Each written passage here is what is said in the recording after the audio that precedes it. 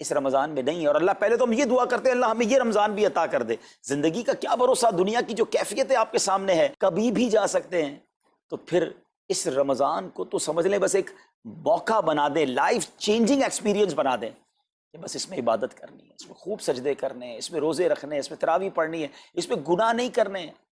اور آئیے میں آپ کو بتاتا ہوں کہ نبی پاک صلی اللہ تعالیٰ علیہ وسلم رمضان کیسے گزارتے تھے۔ ایک مسلمان کے لیے اس سے بہترین رول ماڈل کیا ہوگا کہ رمضان میرے آقا کیسے گزارتے۔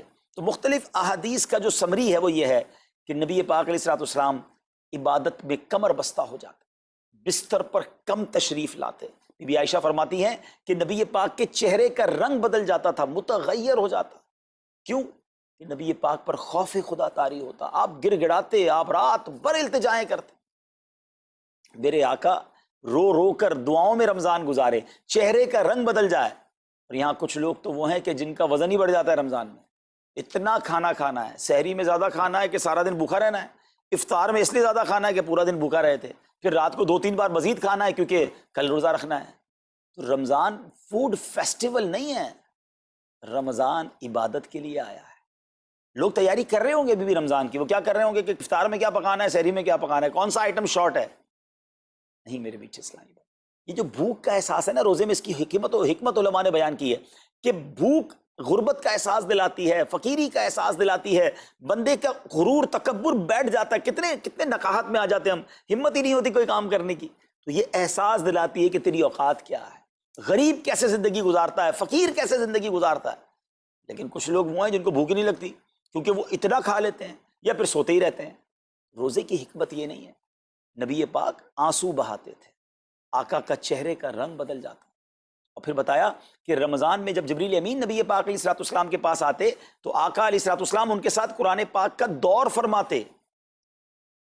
اور پھر ایک اور نبی پاک کا خوبصورت انداز کہ پیارے آقا ویسے تو سب سے بڑھ کر سخی ہیں، مگر جب رمضان آتا تو نبی پاک کا دریائے سخاوت ایسے بہتا تھا جیسے تیز آندھی، بلکہ اس سے بھی زیادہ۔ اللہ اللہ، یہ 3-4 چیزیں آپ نے میں نے پکڑ لینی ہیں۔ آقا علیہ السلام کے پیچھے پیچھے جانا نا جنت میں، ہم نے بھی یہ کام کرنا ہے۔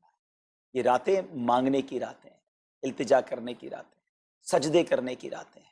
ہمیں تہجد بھی پڑھنی ہے، ہمیں انشاءاللہ نوافل بھی پڑھنے ہیں، اور کم از کم قرآن ایک بار تو پورا انڈرسٹینڈ تو کریں نا۔ تلاوت، ترجمہ، تفسیر کب کریں گے؟ بڑی بڑی ڈگریاں ہیں، بڑے بڑے پاسپورٹ اور جناب بہت سارا سرمایہ ہے، مگر ایک بار بھی قرآن پورا ترجمے اور تفسیر سے نہیں پڑھا ہوگا۔ بہت سارے لوگ ایسے ہیں، ذرا سوچئے نا۔ اچھا یہ مہینہ نزول قرآن کا مہینہ ہے، رمضان اور قرآن کو جو خاص نسبت حاصل ہے نا، تو اس مہینے میں قرآن کو پکڑ لیں۔ آئے ہائے، اللہ کرے رمضان قرآن کے ساتھ گزرے، ہماری صبح قرآن کے ساتھ ہو، ہماری شام قرآن کے ساتھ ہو، ہم قرآن سمجھنے والے بن جائیں۔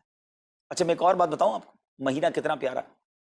صرف اس مہینے میں قرآن نازل نہیں ہوا، باقی بھی جو 3 آسمانی کتابیں ہیں نا، زبور، انجیل، توریت، یہ بھی رمضان میں ہی نازل ہوئی ہیں۔ اللہ کریم نے ان تمام مبارک کتابوں کو نازل کرنے کے لیے رمضان کا مہینہ منتخب فرمایا۔ اتنا مبارک مہینہ ہے تو ہمیں خوب اس میں تلاوت قرآن کرنی۔ اور اب دعوت اسلامی نے کتنا آسان کر دیا، تفسیر قرآن عطا فرما دی، صراط الجنان آسان اردو میں، اور پھر جناب اس کو اپلیکیشن پر بھی دے دیا، اس کے PDF بھی جاری کر دیے، ڈاؤن لوڈ کر لیں موبائل میں۔ اب تو آڈیو تفسیر قرآن بھی آپ کو دے دی۔ اگر پھر بھی سنیں نہ، پڑھیں نہ، قرآن سے دور رہیں تو یہ ٹھیک نہیں ہے۔ پلیز اس رمضان کو قرآن کے ساتھ گزاریے۔ اور پھر جو نبی پاک کا یہ جو سخاوت والا انداز ہے نا، صدقہ و خیرات کرنا، ہر سائل کو عطا فرماتے، تو یہ بھی ہمارا ایٹیٹیوڈ ہونا چاہیے کہ خوب دل کھول کر خرچ کریں۔ سب سے پہلے اپنی پوری زکوٰۃ ادا کریں۔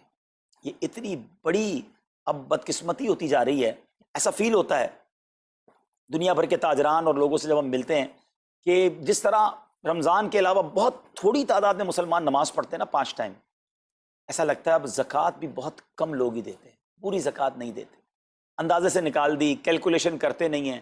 اور یہ بھی فیلنگز آتی ہیں کہ زکوٰۃ جتنی بڑھتی جاتی ہے نا، ہزاروں میں جس کی زکوٰۃ ہے وہ دے دیتا ہے، لاکھوں والا بھی شاید دے دیتا ہے، لیکن جب زکوٰۃ ہی کروڑوں میں پہنچ جاتی ہے نا، تو پھر یہ دل پر بھار پڑنا لگ جاتا ہے، ڈیفیکلٹ لگنا شروع ہو جاتی ہے۔ بندہ یہ کیوں نہیں سوچتا کہ اگر اللہ پاک نے مجھ پر لاکھوں میں زکوٰۃ ہے تو اللہ نے کروڑوں دیے ہیں تو لاکھوں میں زکوٰۃ ہے نا، اگر کروڑوں میں زکوٰۃ ہے تو اربوں ہیں تو کروڑوں میں زکوٰۃ ہے نا۔ زکوٰۃ کتنی ہے؟ ضروریات زندگی کی تمام چیزوں سے فارغ ہونے کے بعد جو مال تجارت، سونا چاندی، کیش یا پرائز بانڈ، یہ جو اس کی تفصیلات ہیں، اس پر 2.5% ہے۔ میں ایک اور لاجک سے آپ کو بات سمجھاؤں، اگر اس لاجک سے سمجھیں تو زکوٰۃ تو 1-1.5% بنتی ہے۔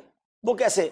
ہم سب کے گھر نکل گئے، اس پہ زکوٰۃ نہیں ہے، ہماری گاڑیاں نکل گئیں، اس پہ زکوٰۃ نہیں ہے، جن کی فیکٹریاں ہیں وہ فیکٹریاں بھی مائنس کر دی گئیں، جن کی دکانیں ہیں وہ دکانیں بھی مائنس ہو گئیں۔ اچھا جناب، اس کے علاوہ اگر کرائے پہ کچھ پراپرٹی دی ہوئی ہے اس پر زکوٰۃ نہیں ہے۔ اگر ان سب پر زکوٰۃ ہوتی، یعنی جو کچھ میرے پاس ہے ان سب پر ہوتی تو کتنی زیادہ ہو جاتی، اور اتنی ساری چیزیں نکل گئیں تو پھر تو اگر ٹوٹل پر لگائیں تو یہ 1.5% ہی بنتا ہے۔ تو اب جب سب کچھ نکالنے کے بعد تھوڑے سے مال پر 2.5% ہے اور بھی سال میں ایک بار ہے، تو اس کو بھاری نہ سمجھیں، یہ بربادی ہے جو زکوٰۃ نہیں دیتے۔ یاد رکھیے گا، حدیث پاک کا مضمون ہے کہ یہ مال کا میل ہے، جس مال سے مل جائے اس مال کو بھی برباد کر دیتا ہے۔ بربادیاں آتی ہیں، بے سکونیاں آتی ہیں، بیماریاں آتی ہیں، اور آگے جو دے دیتا ہے سبحان اللہ، اس کے بارے میں حدیث پاک میں آتا ہے کہ اپنی زکوٰۃ دے کر اپنے مالوں کو مضبوط قلعوں میں قید کر لو، اپنے مال کو سیکیور کریں۔ لوگ کہتے ہیں انشورنس ہونی چاہیے، آگ نہ لگ جائے، چوری نہ ہو جائے، ڈوب نہ جائے۔ اللہ کے حبیب علیہ الصلوۃ والسلام فرماتے ہیں، جس کا مضمون ہے کہ جب بندہ اللہ کی راہ میں خرچ کرتا ہے نا، تو وہ صدقہ بندے کے ہاتھ سے نکل کر اللہ کے دستے قدرت میں چلا جاتا ہے، اور اللہ کریم تمہارے صدقوں کو پالتا ہے، جس طرح تم اپنے جانور کے بچوں کو پالتے ہو۔ بچہ ہوتا ہے نا جانور کا، بڑا ہو جاتا ہے، فرمایا بندہ کھجور کا صدقہ دے گا، اللہ پہاڑ جتنا عطا فرمائے گا، اس دن بھی ملے گا اور ملٹیپلائی ہو کر ملے گا۔ اچھا، جو ادھر خرچ کیا ادھر کیا ملے گا؟ ادھر بھی نبی پاک علیہ الصلوۃ والسلام فرماتے ہیں، جس کا مضمون ہے میں قسم کھا کر کہتا ہوں، یعنی نبی پاک تو جو فرمائے حق ہے۔ اس حدیث میں تو آقا علیہ الصلوۃ والسلام قسم اٹھا رہے ہیں کہ میں قسم کھا کر کہتا ہوں کہ اللہ کی راہ میں خرچ کرنے سے مال کم نہیں ہوتا، نہ ادھر کم ہونا ہے اور ادھر بھی ملنا ہے، تو پھر تو سودا اب کتنا نفع والا ہے۔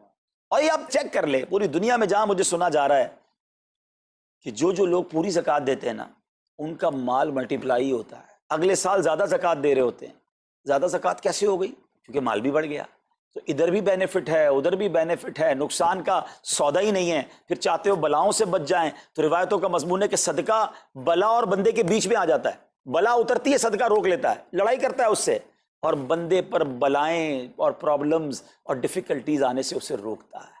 تو اگر چاہتے ہیں کہ برائیوں کے دروازے بند رہیں، چاہتے ہیں کہ بری موت سے بچیں، چاہتے ہیں کہ رزق میں اضافہ ہو، چاہتے ہیں کہ بلاؤں سے بچیں، ادھر بھی مال میں اضافہ ہو ادھر بھی خزانے ملیں، تو اللہ کی راہ میں دل کھول کر خرچ کریں۔ اور یہ مہینہ it's the right month for generosity, یہ بہترین مہینہ ہے سخاوت کرنے کا، کیونکہ نبی پاک کا یہ انداز تھا کہ رمضان میں خوب سخاوت فرماتے۔